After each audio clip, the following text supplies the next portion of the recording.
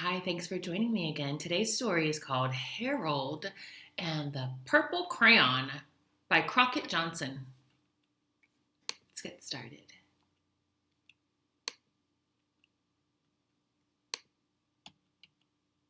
Harold and the Purple Crayon.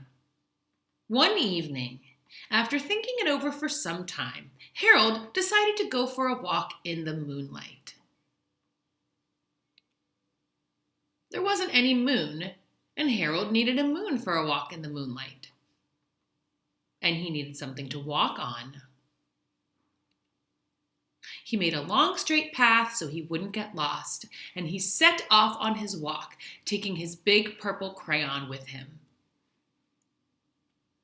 But he didn't seem to be getting anywhere on the long straight path, so he left the path for a shortcut across the field, and the moon went with him.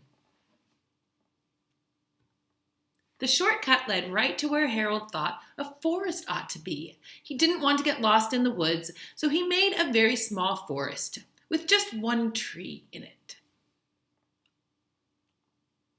It turned out to be an apple tree. The apples would be very tasty, Harold thought, when they got red.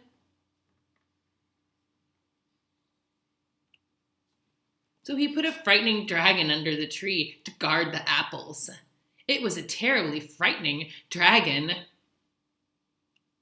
It even frightened Harold. He backed away, his hand holding the purple crayon shook. Uh-oh, what's happening? What's happening to the crayon as his hand is shaking?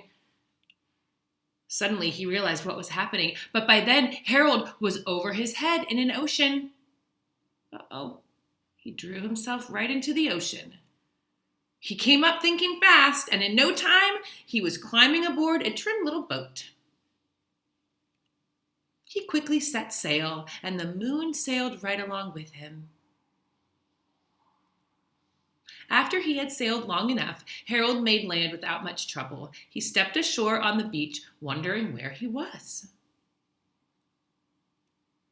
The sandy beach reminded Harold of picnics, and the thought of picnics made him hungry. So he laid out a nice, simple picnic lunch. There was nothing but pie.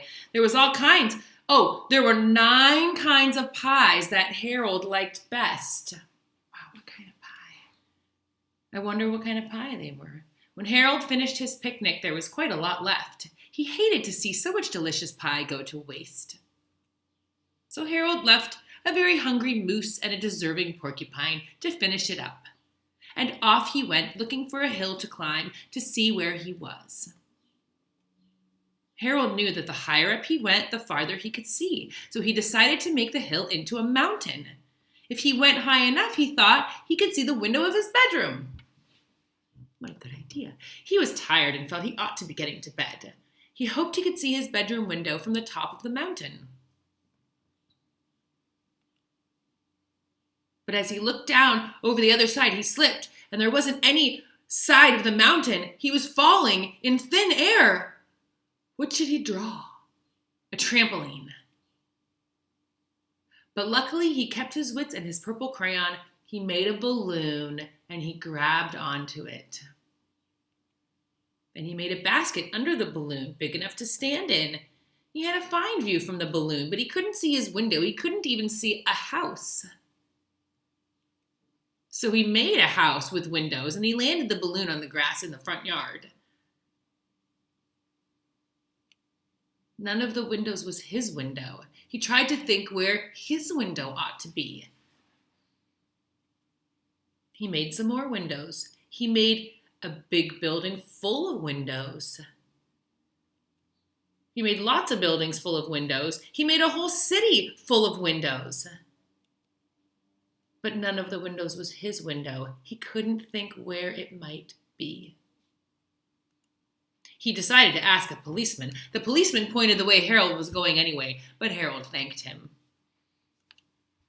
And he walked along with the moon, wishing he was in his room and in bed. Then suddenly, Harold remembered. He remembered where his bedroom window was when there was a moon. It was always right around the moon. And then Harold made his bed. he got in it and he drew up the covers. And the purple crayon dropped on the floor and Harold dropped off to sleep. And that's the end. Thanks for joining me.